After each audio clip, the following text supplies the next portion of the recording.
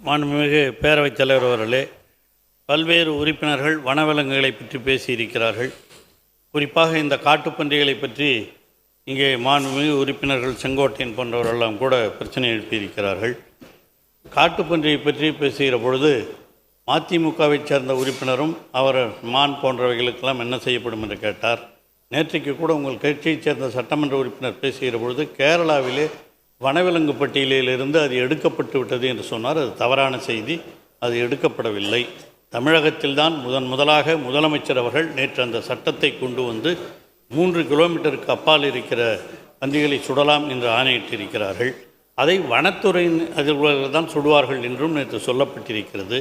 பல்வேறு எல்லாருக்கும் அந்த அனுமதி கொடுத்தா துப்பாக்கி இருக்கவங்களாம் என்ன நடக்கணும்னு உங்களுக்கே தெரியும்.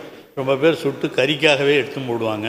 அதனால் அதுக்கும் நாமளும் ஒன்றிய அரசினுடைய சட்டமும் இருக்கிற காரணத்தினால் அதையும் ஓரளவிற்கு கட்டுப்பாட்டோடு கொண்டு வரப்பட்டிருக்கிறது. கூடுமான வரையில் அது காவல்துறை மற்றவர்களின் மூலமாக அதற்காக ஒரு கமிட்டியும் நியமிக்கப்பட்டிருக்கிறது.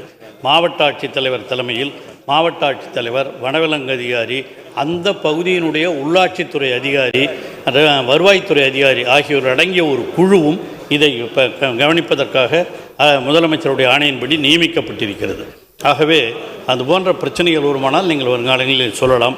மேலும் 2 உறுப்பினர்கள் ராமச்சந்திரன் அவர்களும் ரவி அவர்களும் அவருடைய பகுதிகளிலே அவர்கள் சொல்லும் பொழுது அங்கே அவருடைய பகுதியிலே இறந்து விட்டதாக 2 பேர் சொன்னார்கள். அவர்களுக்கு பட்டியல் கொடுத்தால் உங்கள் பகுதியில் அந்த மாதிரி இறந்திருந்து நீங்கள் சொன்னீங்கன்னா அவருடைய பெயர்களை குறித்து கொடுப்பீர்களானால் நிச்சயமாக அவர்களுக்கும் முதலமைச்சரிடம் பரிந்து பேசி 10 லட்சம் ரூபாய் நிதி ஒழுங்குவதற்கான ஏற்பாடுகள் செய்யப்படும் என்பதையும் தெரிவித்துக் கொள்கின்றேன். மயில் அதை பற்றி சொன்னார். அவர் நம்முடைய மாண்புமிகு ஈஸ்வரன் அவர்கள் மயிலால் ஒரு சிறைக்கு கூட போயிருந்தேன்னு சொன்னார். அந்த அளவிற்கு இனிமேல் வராது. கூடுமான வரை எல்லா வனவிலங்குகளையும் வனத்திற்குள்ளேயே வைத்திருப்பதற்கான கட்டுப்பாடுகள் எல்லாம் வனத்துறையின் மூலமாக எடுக்கப்பட்டு வருகிறது என்பதை நான் சொல்லுகிறேன்.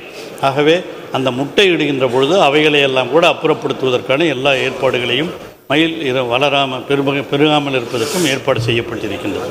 ஆகவே நீங்கள் குறிப்பிட்ட ஒவ்வொன்றும் வனத்துறையின் மூலமாக எப்படி அளவுக்கு சிறப்பாக செய்ய முடியுமோ விரைவில் அதை செய்து வனத்துறை அதிகாரிகள் இப்போ கொஞ்சம் பேர் இல்லாமல் இருக்காங்க, அவர்களையும் நியமித்து இது போன்ற பகுதிகளிலே முக்கியமாக ஆட்களை நியமித்து இவைகள் கண்காணிக்கப்படும் என்பதை உங்களுக்கு பணிவன்போடு தெரிவித்துள்ளோம்.